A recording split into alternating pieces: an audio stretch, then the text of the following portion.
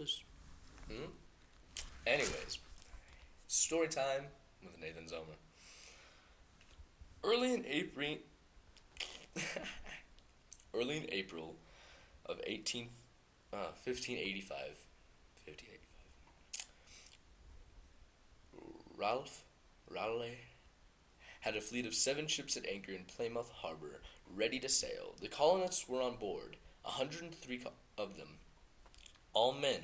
Manteo and the other Indian boy, after a long winter in London, were on their way home. Mr. Ralph Lane or Lan, was to be the governor of the colony. Sir Richard Greenville, Walter Ralph's cousin, the admiral of the navy, was in command of the fleet, and they sailed on the 9th of April, and after a more or less eventful voyage, landed in Virginia on the island of Roanoke.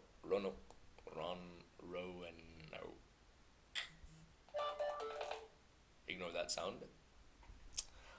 Every man who had set foot on shore, from cabin boy to the Spaniards, from cabin boy to admiral, was hoping and expecting to find gold. Quantities of gold such as the Spaniards had found in the New World. America! Alright. Grenville was not to remain in Virginia with the settlers, but to be for sailing back to England. He could not resist making one short excursion back to the forest to search for a gold mine. On the way back, he lost a small silver drinking cup, which caught the eye of an Indian and was stolen by him. In revenge, Greenville burned an entire Indian village to the ground. So, having committed the first outrage against the natives, the brave admiral departed. He promised to return in early spring, bringing more provisions and supplies. Jerk.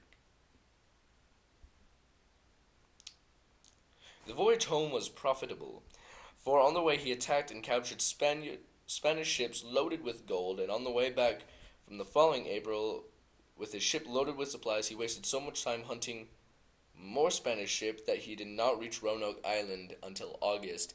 Then it was too late. There was no need for supplies. There was no one to use them. Everyone died.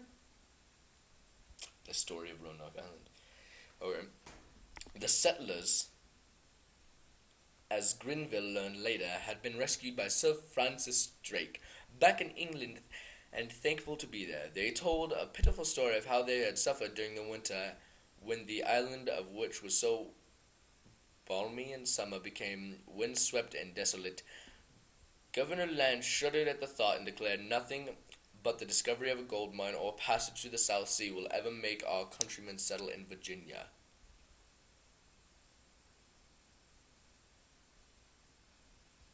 Okay.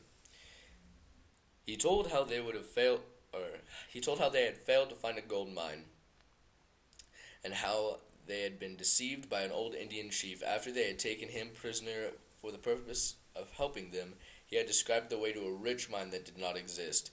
They set out and kept going on and on until they had only 1 pint of corn per man and 2 mastiff dogs that could be boiled and sassafras leaves and eaten on their way back. They found then that they had been deceived by the old Indian merely because he resented being made a prisoner.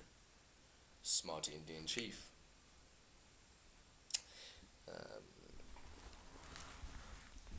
Then there was the Chief Wingage, who pretended to be their friend, but for some reason apparently had no faith in the good intentions of the white man. While they were searching for the gold mine, Wingage urged the people to cut them off from the base of supplies and on the island, hoping to destroy them. On their safe return, Lance said he had sent word to Wingage to come there for a meeting. The chief appeared with 7 or 8 braves.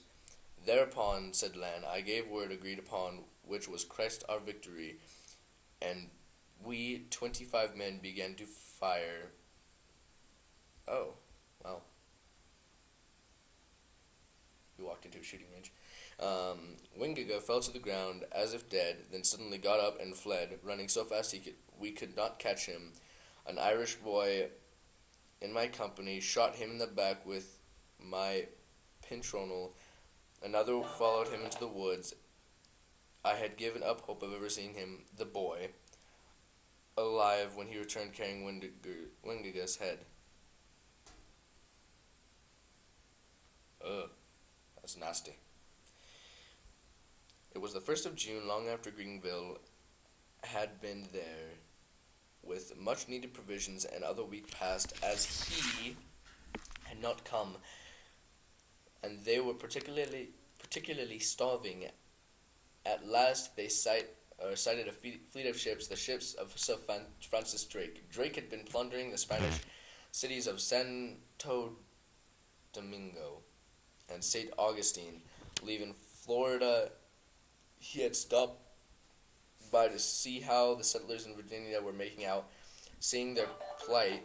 Oh my gosh, phone. Seeing their plight, he had said he could spare a month's provisions, but the ships carrying provisions to shore capsized. That was the last straw. The desperate, hungry men abandoned the settlement and clambered aboard the ships of Sir Francis Drake. He took them back to England. Ugh, stop it. They raced to shore as if a mighty army were at their heels, said one of the men. Which was true, he added soberly. God stretched out his hand against them because of the cruelties and outrages that they had committed against the natives. This was a sad tale, the dismal and outcome of Sir Walter Raleph's great dream, the first failure in founding a settlement in the New World. He was disappointed, yes, but discouraged, never. He had set out to work immediately on plans for another group of settlers to be sent out in the following spring. Meanwhile, changing voices, he was fascinated by something that Lan and Drake had brought home to him, a weed that grew in wild in Virginia, and the implement of a pipe that they had seen the Indians using to smoke it. Tobacco! Ralph might have heard it. A Spanish physician had seen it from Mexico to Philip II, believing it to have miraculous healing powers. Seeing it in Portugal, and a French ambassador, Nicot, had sent seeds to Catherine de Medici, and from his name came the word nicotine. That's funny.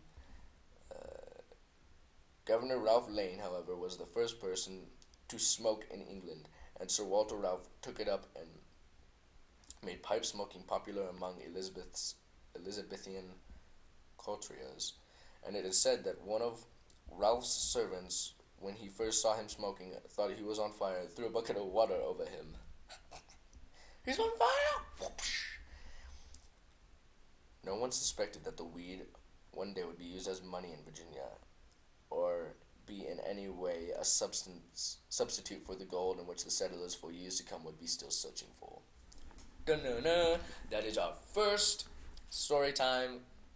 This is actually out of my history books, that's why it's kind of drab. But I got bored, so yeah. Thank you very much for watching.